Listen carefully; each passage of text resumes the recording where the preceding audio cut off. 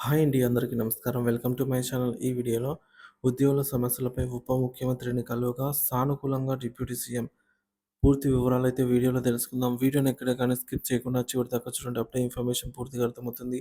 Video చూస్తున్న ప్రతి ఒక్కరు వీడియోకి లైక్ చేయండి ఫ్రెండ్స్. ఈ వీడియోతోటి ఉద్యోగ పెన్షన్ మిత్రులతో అయితే షేర్ చేయండి. కొత్తగా మన ఛానల్ చూస్తున్నవారు సబ్స్క్రైబ్ కాకుంటే వెంటనే మన ఛానల్ అయితే సబ్స్క్రైబ్ చేసుకోండి. సో దీని ద్వారా నేను చేసే లేటెస్ట్ వీడియోస్ అన్నీ మీ వరకు రీచ్ అవుతాయి. ఇక ఆలస్యం చేయకుండా వివరాల్లోకి అయితే వెళ్ళిపోదాము. విద్యుత్ ఇంజనీర్ల సమస్యలపై సానుకూల చర్యలు. ఉప ముఖ్యమంత్రి బట్టి విక్రమార్క గారు విద్యుత్ ఇంజనీర్లు ఎదుర్కొంటున్న సమస్యలను సానుకూలంగా పరిశీలించి వాటి పరిష్కారానికి చర్యలు తీసుకుంటామని హామీ ఇచ్చారు. బుధవారం హైదరాబాద్లోని ప్రజాభవన్లో జరిగిన కార్యక్రమంలో తెలంగాణ విద్యుత్ ఇంజనీర్ల సంఘం నూతన సంవత్సర డైరీని ఆవిష్కరించారు.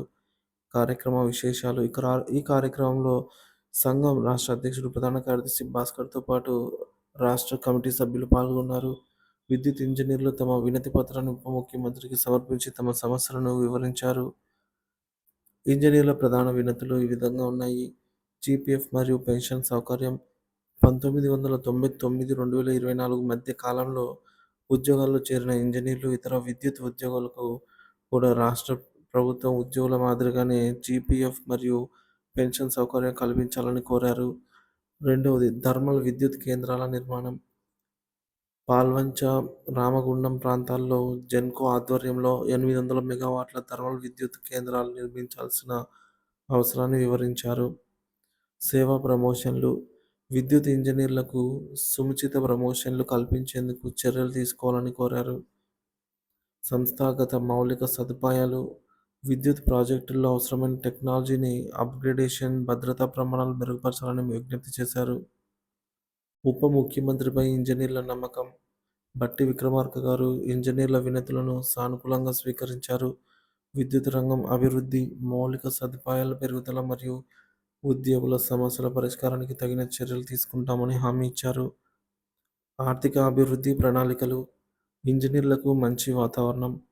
విద్యుత్ ఇంజనీర్లు మరింత ఆహ్, పనిచేసేలాగా వాతావరణం కల్పించడంలో ప్రభుత్వం ముందుండే విధానాన్ని పునరుద్ఘాటించారు. పెన్షన్ విధానం అమలు. విద్యుత్ ఇంజనీర్లకు జీపీఎఫ్ మరియు పెన్షన్ విధానం త్వరితగతిన అమలు చేయడంపై పునరాలోచన చేయనున్నారు. పాల్వంచ, రామగుండం ప్రాజెక్టులు. ఆ ప్రాజెక్టులకు నిర్మాణానికి అవసరమైన వనరులను సమీకరించి పనులను వేగవంతం చేయనున్నట్లుగా తెలిపారు. కార్యక్రమంలో పాల్గొన్న ప్రముఖులు. ఈ కార్యక్రమంలో రాష్ట్ర నాయకులు బాలరాజు, మోహన్ రావు, డి. శ్రీనివాస్, పాండ్య, మధుకృష్ణ, వెంకటరమణ తదితరులు పాల్గొన్నారు.